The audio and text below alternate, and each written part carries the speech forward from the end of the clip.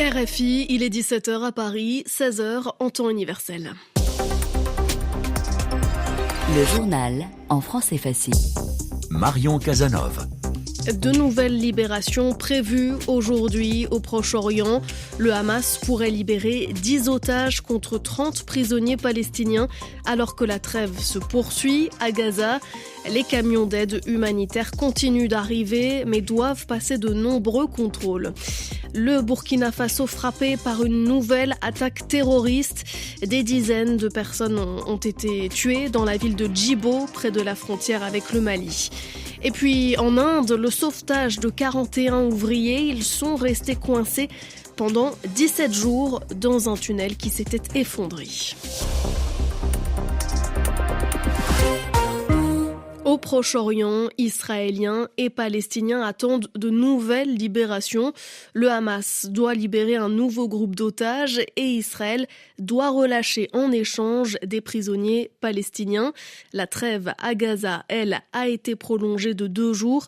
Elle expirait normalement hier. Un nouveau répit donc pour les Palestiniens de Gaza.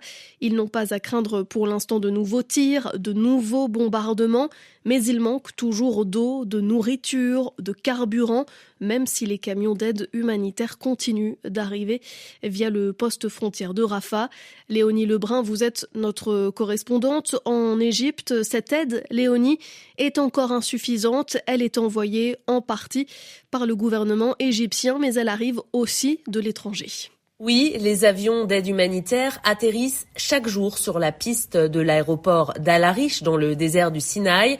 8 à 12 avions par jour chargés de centaines de tonnes de médicaments, de carburant, de nourriture ou de tentes. Cette aide, envoyée de pays du monde entier, arrive bien jusqu'en Égypte, mais elle entre toujours très lentement dans Gaza. Sur la route vers le passage de frontière de Rafah, des centaines et des centaines de camions sont stationnés sur des kilomètres dans l'attente de traverser vers Gaza, car Israël limite toujours l'entrée de l'aide humanitaire et impose des contrôles très longs. Chaque camion doit quitter Rafah en Égypte, puis passer au contrôle israélien à Nitzana avant de remonter vers la bande de Gaza, et cela peut prendre 5 à 6 heures.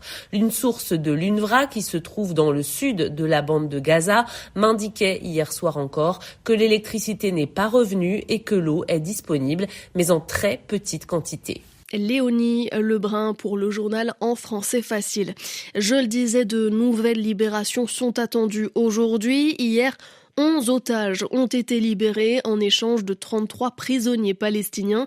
Tous les otages étaient des binationaux, dont 3 jeunes Français. Tous viennent du même kibboutz, Nir Oz.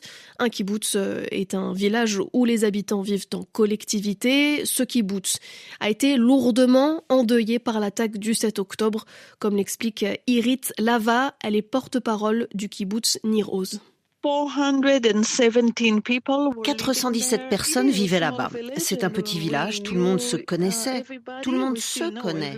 Et dans ce village, plus de 100 personnes ont été soit tuées, soit enlevées. Cela fait un habitant sur 4, soit tué, soit enlevé. En outre, peut-être que certaines personnes qui ont été kidnappées ont été tuées ou sont mortes en détention.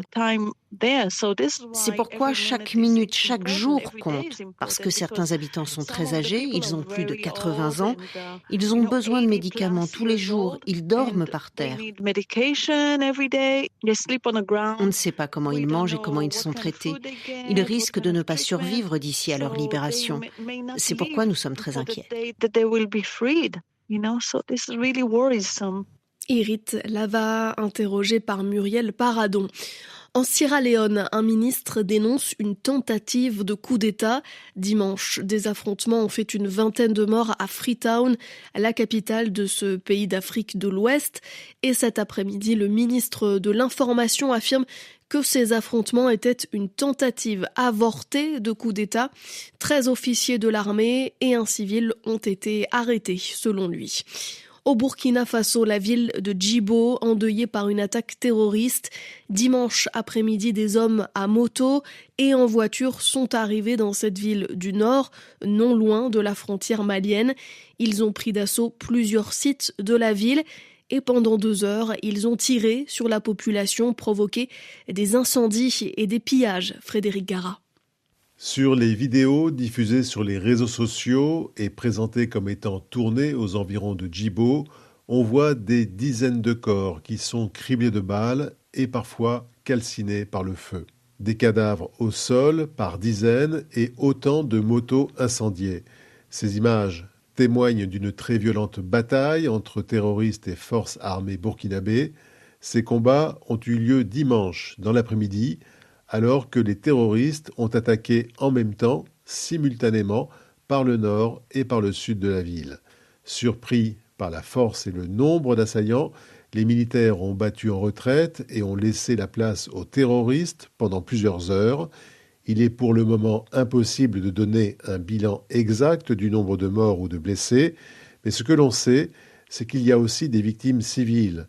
Un hôpital de campagne, un centre médical provisoire en ville a été touché par des tirs et des témoins disent que dans un quartier de Djibo, ce sont des réfugiés, des personnes venues d'autres villes qui ont aussi été touchées par les tirs.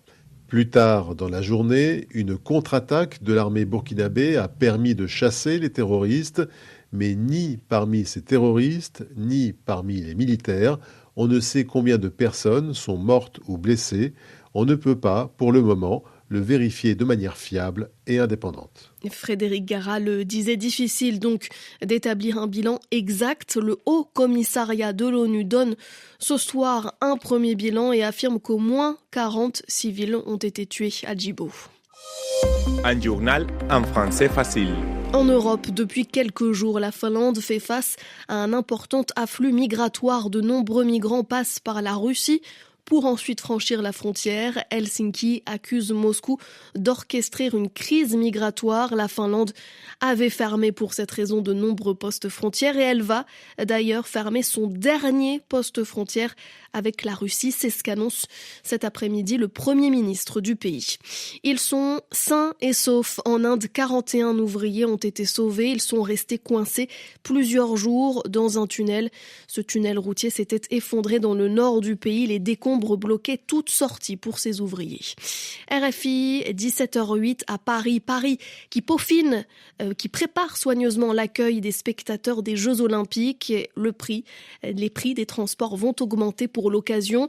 Le prix des tickets de métro va presque doubler. Le ticket de métro va se vendre 4 € l'unité contre 2,10 € aujourd'hui.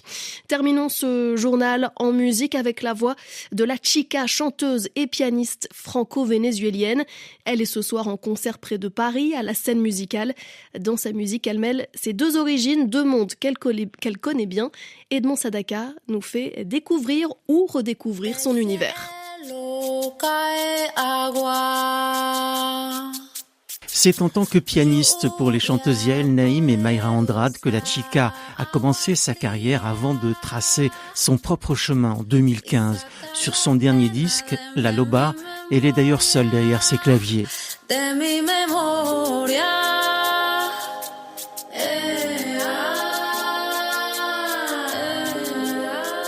Fille d'une mère vénézuélienne et d'un père français, la Chica a grandi à Paris, dans le quartier de Belleville, mais elle continue à écrire et à chanter quasi exclusivement en espagnol. C'est la langue qui est liée à ma mère. Quand je me mets à écrire, ça sort naturellement en espagnol et j'ai pas eu envie de casser cet élan intuitif. L'espagnol permet de projeter la voix plus facilement.